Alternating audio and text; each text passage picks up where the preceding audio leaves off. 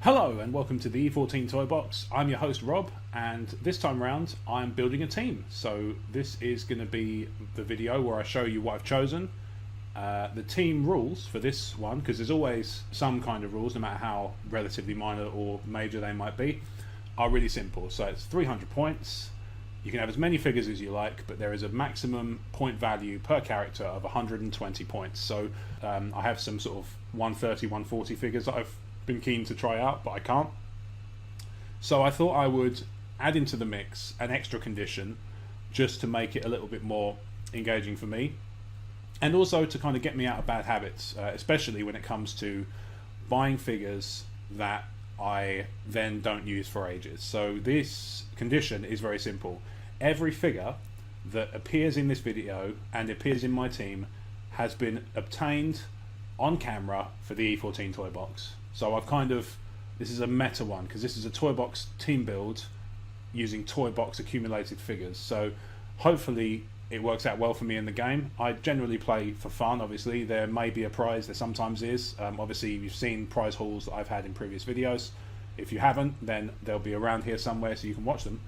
And so beyond the prize that might be there, I'm just playing for fun. So after the transition, you'll be able to see the team I've chosen. It's right under the camera right now. Are you excited? I'm excited. Let's bloody find out, shall we? Transition switch. Right, so as I mentioned before, I can transition seamlessly into this view. This themed team will be 300 points or fewer, with a hero no more powerful than 120 points. Now, this does put me at a slight disadvantage in terms of some of the more recent figures I've acquired, and certainly some of the ones I'd like to use are more than 120. Annoyingly, some are like 130, 140, 135, stuff like that. So I'm missing out gradually on slightly on certain things. But I've assembled a team which I think is going to be really cool, and obviously satisfy the extra criteria I mentioned, which is to say that they're all figures that have appeared in previous Toybox videos. So let's introduce the team that will be competing for the victory. As far as I know, that's all it is, just pride. And I could, you can always do with that, no matter how good you feel about yourself. You could always do with a bit more. So here we go. So first off, I'm going to start with a low pointed one. So I'm going to field Dagger. So from the Cloak and Dagger duo. Just going to put that in front like that so it focuses. Or no? Alright. Whatever, camera. It's your only purpose, never mind. So she's not a massive hitter. In fact, she doesn't do any damage on her first click, but as is so often the case in Heroclix, you never know when you're going to hit a critical success or a critical fail. These things can happen very easily. So also she's got running shot on this click for some reason, even though she doesn't do any damage. And she can heal cloak, although I don't own cloak, so it doesn't really matter to me. Now, next, I'm going to bring in my highest pointed figure of the team, Spiderman 2211. So I put the web marker. He's obviously not going to start with a web marker on him, because that's it's a hindrance, not a help. So it's going to be. So I'm still learning. Learn, damn you. So he's going to be my heaviest hitter on the team. I think he's pretty nifty, and obviously also, I haven't had a chance to use him since I acquired him in episode 8, I think it was, wherever I did my first Superior Spider-Man booster opening. So he's next. So that's 135 points so far, which leaves me 165 points left to play with. Now, I've decided not to use the full value. I've decided to come in slightly under, so 5 points under, but I think that the figures I've chosen are going to be too much fun to play with, so I don't think it's going to matter too much. So I've opted for the Civil War red and yellow Spider-Man, you can see here, with all his lovely red base glory. So I'm, again, I don't know why I'm unreasonably happy about having a red base figure. Just one of those things, one of those weirdnesses that I've never had before, thus I feel a bit good about it. So he makes up 80 of my remaining 160 choices, and my final choice for this team of 4, the Punisher. So I'm going to go with the Uzi spraying version. Now, I could have theoretically gone with a slightly lower pointed one and packed something a bit heavier instead of Dagger, but I really, really, really want to play with this character. So this is the one I've chosen. Thank you for watching me do this as I show you the glory of my team, which I'm going to assemble for you here. Pop their cards in their respective positions. I've got a mix of pre-redesigned cards and post. And like I say, 295 points, meets all the criteria, and has the added bonus of being Toybox exclusive characters. Thank you for watching again, and after the transition I will come back in and tell you how I got on. Thanks for watching. Hello, so I'm back to let you know how the game went. Excuse the slightly odd video in comparison to the usual quality. I'm having some real camera issues today, and so I've just rigged up something crude that will just do the job, and I'm gonna press on as best I can. So I didn't win. I came second from bottom in terms of, well, we measured it by how quickly each team was eliminated, so I was second to have my team eliminated. On the plus side, that meant I did obtain a sort of Booby Prize, which I'll show you in a sec. But let's kind of talk in a little bit more depth about which ones did well. So first, Punisher. He did pretty well, actually. He got a couple of KOs.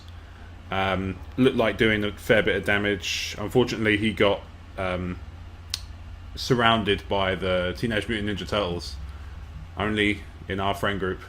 Probably not only, but it always seems to happen that way.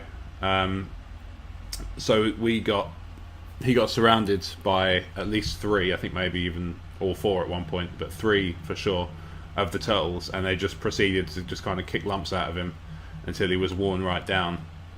So he went out in a blaze of glory.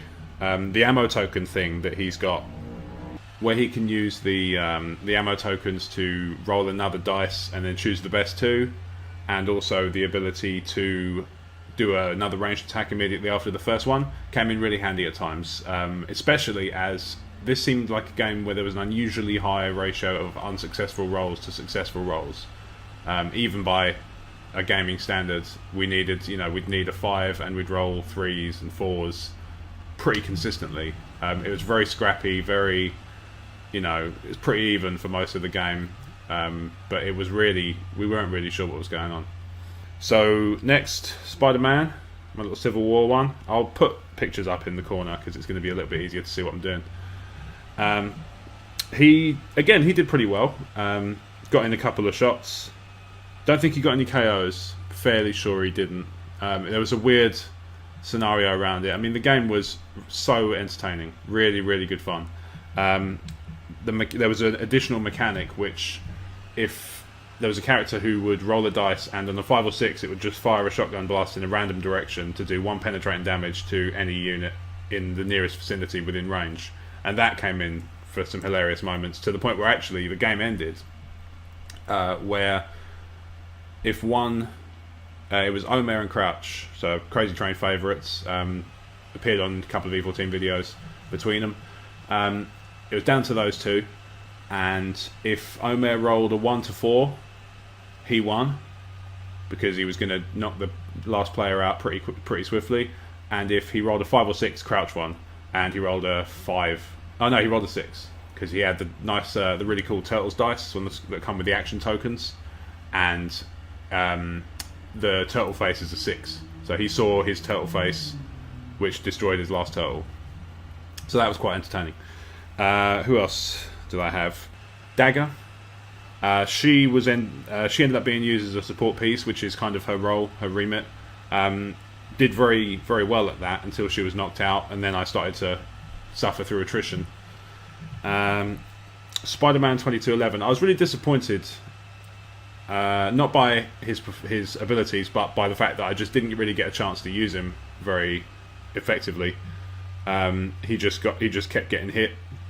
He'd get knocked off the fun stuff, and then I didn't even get to shoot the web marker once. I forgot once, but that's what happens. So the game wasn't a total loss for me in terms of, like I say, I had an amazing time. One of the best games I've played, one of the funniest, most enjoyable games. I also got a couple of Booby Prizes. So I got one for being the second team out. So there were 3 in order of first out got 1 prize, second out got another prize, third out got another prize. So I got a character called Space Phantom, who appears to be an Avengers villain, and he's, he doesn't look like much cop. He's 45 points, so understandably you'd be forgiven for thinking he's not great, but actually he's got shape change, he's got plasticity on one of his early clicks, he can steal powers if he hits a 100 point or less character. There are ways to play him that can be quite fun, and actually playing him with the shape change was really fun. Constantly just, nope, can't do that, can't do that. That was the other thing, is shape change and super senses rolls were high and attack rolls were low. Made for some interesting moments. The other one, I'm really actually quite chuffed with this. It's a really nice figure. It's called The Spot, and he's a Spiderman villain, and apparently what's funny is he's got a keyword called Spiderman Revenge Squad, and he's the only character apparently in the entire Heroclix game that has that keyword, so that's pretty funny. So he's already a theme team, but you have to play him on his own. So he's really cool because he can use flurry, phasing teleport, and he can also randomly drop through. He can kind of pop out of terrain, it looks like, and I just think that's, characters like that are hard to hit and have weird and wonderful abilities are always good fun to play. So I'm looking forward to maybe popping him in a squad that's a little bit short on points. He's 51 rather, so he's not amazingly powerful, but I can imagine a scenario where I might have 50 points to spare or 51 points to spare, and I need to just pad out a team, and he could be quite enjoyable. So I will see how that goes. Next, if he turns up in a team build, you'll know, because it will turn up on the toy box. So thank you for watching. Apologies for the rough quality of the last bit of video. Like I say, unfortunately the camera is just not playing nice with me today, so I'm probably going to go and buy a new one as we're going to finish up here. So thank you very much for watching. Bye for now.